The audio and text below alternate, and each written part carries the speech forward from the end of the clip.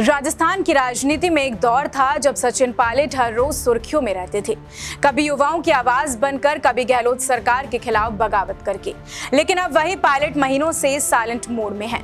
न press conference, न कोई सभा, न सोशल मीडिया पर सियासी बयानबाजी। सवाल बड़ा है, आखिर सचिन पायलट अचानक राजनीति से दूर क्यों हो गए?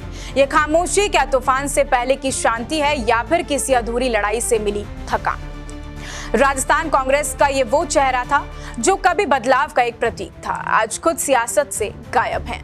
बात हो रही है सचिन पायलट की, जो ना संगठन से दिख रहे हैं और ना ही विपक्ष की लाइन में खड़े हैं। 2020 की बगावत, फिर 2023 में टिकट वितरण पर नाराजगी और उसके बाद वादों की लंबी लिस्ट।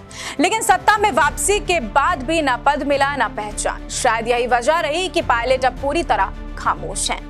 कहा गया था कि आलाकमान सम्मानजनक भूमिका देगा, लेकिन सियासी हकीकत ये रही कि उन्हें ठंडे बस्ते में डाल दिया गया। कभी मुख्यमंत्री की रेस में आगे चलने वाले पायलट अब एक साइडलाइन लीडर की तरह दिखाई दे रहे हैं। सवाल है, क्या ये चुप्पी रणनीति है या फिर सचिन पायलट राजनीति में अब रुचि खो चुके हैं? या फिर क्या पायलट कोई नई भूमिका, नई राह या फिर नई पार्टी की तैयारी में है? क्या पर्दे के पीछे चल रहा कुछ बड़ा खेल है? 2023 विधानसभा चुनाव से पहले ये चर्चा जोरों पर थी कि पायलट को मुख्यमंत्री चेहरा बनाया जा सकता है या फिर कम से कम डेप्यूटी सीएम पद तो दिया जाएगा। लेकिन सरकार बनने के बाद ना तो उन्हें कोई कैबिनेट पोस्ट मिला और ना ही संगठन में कोई स्पष्ट भूमिका प्रदान करवाई।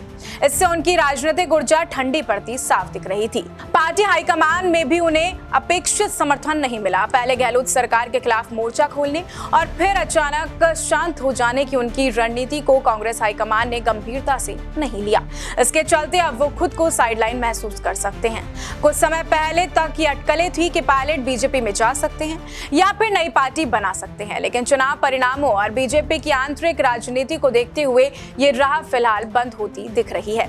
ऐसे में उनके पास कोई स्पष्ट पॉलिटिकल प्लेटफॉर्म नहीं बचा है। ये भी एक संभावना है कि सचिन पायलट जानबूझकर लो प्रोफाइल बनाए हुए हैं ताकि सही समय आने पर बड़ी वापसी की जा सके। राजनीति में कई बार चुप रहना भी रणनीति होती है, खास तौर पर जब आगे की चाल सोच समझकर बिछानी हो।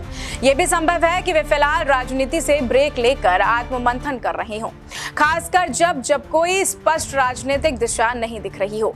उनके करीबी सूत्रों ने भी सार्वजनिक रूप से कोई बड़ा बयान नहीं दिया है।